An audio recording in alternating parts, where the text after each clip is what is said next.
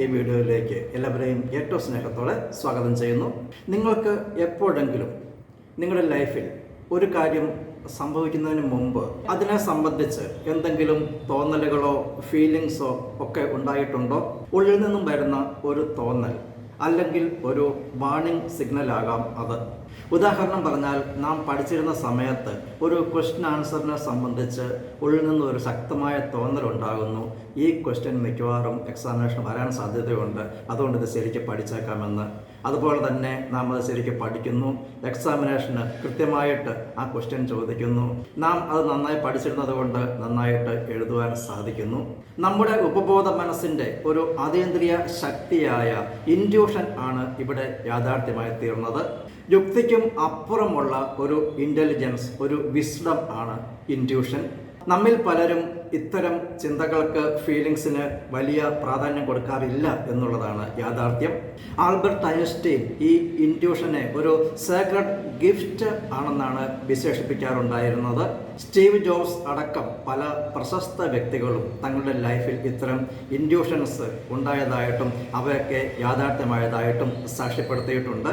നമ്മുടെ ലൈഫിൽ തന്നെ ചില വ്യക്തികളെ നാം ആദ്യം കാണുമ്പോൾ തന്നെ, അവരുടെ ഫേസ് ശ്രദ്ധിക്കുമ്പോൾ തന്നെ നമ്മുടെ ഉള്ളിൽ ശക്തമായ ഒരു തോന്നൽ ഉണ്ടാകാറില്ലേ, ഇയാൾ ആൾ ശരിയല്ല എന്ന്? അത് നമ്മുടെ ഉപബോധ മനസ്സ് തരുന്ന ഒരു ഇൻറ്റ്യൂഷനാണ്, ഒരു മുന്നറിയിപ്പാണ്. ഇൻറ്റ്യൂഷൻ പോലെ തന്നെ ഉപബോധ മനസ്സ് നമുക്ക് തരുന്ന ഒരു അപകട മുന്നറിയിപ്പാണ് പ്രിമോനീഷൻ എന്ന് പറയുന്നത്. എൻ്റെ ലൈഫിലുണ്ടായ ഒരു അനുഭവം ഞാൻ നിങ്ങളുമായി ഇപ്പോൾ പങ്കുവയ്ക്കാം. കുറേ വർഷങ്ങൾക്ക് മുമ്പ് സംഭവിച്ച കാര്യമാണ്. എൻ്റെ ജോലിയുമായി ബന്ധപ്പെട്ട് എനിക്ക് തിരുവനന്തപുരത്തിനടുത്തുള്ള ഒരു ഗ്രാമത്തിൽ ഒരു ദിവസം തങ്ങേണ്ടി വന്നു. ഒരു ചെറിയ ഗ്രാമപ്രദേശമായതിനാൽ ഒരു പഴയ കെട്ടിടത്തിൻ്റെ ഒരു മുറിയിലാണ് അന്ന് രാത്രിയിൽ സ്റ്റേ ചെയ്യുന്നത്. എന്നോടൊപ്പം എൻ്റെ സഹപ്രവർത്തകനായ ഒരു സുഹൃത്തുമുണ്ട്. ഞങ്ങൾ രണ്ടുപേരും മുറിയിൽ കയറി. ആ മുറിയിൽ 2 കട്ടിലുകൾ ഇരുവശങ്ങളിലായി കിടപ്പുണ്ട്. ഞങ്ങൾ ഓരോ കട്ടിലുകൾ സെലക്ട് ചെയ്തു. ഞാൻ കിടക്കുവാൻ സെലക്ട് ചെയ്ത ആ കട്ടിലെ തലയിണ ഞാൻ മറു സൈഡിലേക്ക് മാറ്റിവെച്ചു, കിടക്കുവാൻ തുടങ്ങി. അപ്പോൾ സുഹൃത്ത് പറഞ്ഞു, എന്തിനാണ് തലയിണ അങ്ങനെ മാറ്റിവെക്കുന്നത്? എല്ലാവരും തലയിണ ഇരുന്ന ആ ഭാഗത്തേക്ക് തല വെച്ചാണ് കിടക്കാറുള്ളത്. അദ്ദേഹം മുൻപും ആ മുറിയിൽ സ്റ്റേ ചെയ്തിട്ടുണ്ട്. ഞാൻ ആദ്യമായിട്ടാണ് അവിടെ എത്തിച്ചേരുന്നത്. ഞാൻ പറഞ്ഞു, എനിക്ക് ഇതാണ് കംഫർട്ടെന്ന് തോന്നുന്നു, ഏതായാലും ഞാൻ ഇങ്ങോട്ട് തലവെച്ചേ കിടക്കുന്നുള്ളൂ. പുറത്ത് അതിശക്തമായ കാറ്റും മഴയുമുണ്ട്. ഞങ്ങൾ രാത്രി 9 മണിക്കടുത്ത സമയത്താണ് അവിടെ എത്തിച്ചേർന്നത്. അതിനാൽ തന്നെ ചുറ്റുവട്ടത്തെക്കുറിച്ചോ പരിസരങ്ങളെക്കുറിച്ചോ ഒന്നും യാതൊരു ഗ്രാഹ്യവുമില്ല. രണ്ടുപേരും കിടന്നു മഴയുടെ താളമൊക്കെ ശ്രദ്ധിച്ച് സുഖനിദ്രയിലേക്ക് പ്രവേശിച്ചു. പാതിരാത്രി കഴിഞ്ഞപ്പോൾ എൻ്റെ കട്ടിലിൽ എന്തൊക്കെയോ ശക്തമായിട്ട് വന്ന് വീഴുന്ന ശബ്ദവും വലിയ കുലുക്കവും ഒക്കെ അനുഭവപ്പെട്ടു. ഞങ്ങൾ രണ്ടുപേരും ഞെട്ടി ചാടി എഴുന്നേറ്റു. എന്താണെന്നറിയുവാൻ വെളിച്ചം ലഭിക്കുന്നതിനായി സ്വിച്ച് ഇട്ടു. പക്ഷേ വൈദ്യുതിയില്ല, അത് മഴ കൊണ്ടുപോയിരിക്കുന്നു. ഞങ്ങൾ തീപ്പെട്ടി ഉരച്ച് കത്തിച്ചു നോക്കി. ഞാൻ കിടന്നിരുന്ന കട്ടിലിൽ കാലിൻ്റെ ഭാഗത്തായി ഒരു വലിയ തേങ്ങയും കുറച്ച് പൊട്ടിയ ഓടിൻ്റെ കഷ്ണങ്ങളും കിടക്കുന്നു. ആ കെട്ടിടത്തോട് ചേർന്ന് ഒരു വലിയ തെങ്ങ് നിൽപ്പുണ്ടായിരുന്നു. ശക്തമായ മഴയത്ത് ഒരു വലിയ തേങ്ങ തെങ്ങിൽ നിന്നും താഴേക്ക് പോകുന്നു. അത് താഴേക്ക് പോകുന്ന കൂട്ടത്തിൽ ആ കെട്ടിടം മേഞ്ഞിരുന്ന കുറച്ച് ഓടുകളും പൊട്ടിച്ചുകൊണ്ടാണ് വന്നിരിക്കുന്നത്. അതിൻ്റെ സ്ഥാനം നോക്കിയപ്പോൾ ഞാൻ ഞെട്ടിപ്പോയി. ആ കട്ടിലിൽ എൻ്റെ തലയിണ ആദ്യം ഉണ്ടായിരുന്ന ആ പ്ലേസിലാണ് ആ വലിയ തേങ്ങയും ആ ഓട് കഷ്ണങ്ങളുമൊക്കെ വീണ് കിടക്കുന്നത്. ഞാൻ തല മാറി കിടന്നിരുന്നതിനാലും തണുപ്പ് കാരണം ചുരുണ്ടുകൂടി കിടന്നിരുന്നതിനാലും ഒരു ചീള് പോലും എൻ്റെ ദേഹത്ത് സ്പർശിച്ചില്ല. എൻ്റെ സുഹൃത്ത് പറഞ്ഞതുപോലെ ഞാൻ തല മാറാതെ ആദ്യത്തെ പൊസിഷനിൽ കിടന്നിരുന്നെങ്കിലോ, ഒന്നുകിൽ ഞാനിപ്പോൾ കാണില്ല, നിങ്ങൾക്കെന്നെ സഹിക്കേണ്ടി വരില്ലായിരുന്നു.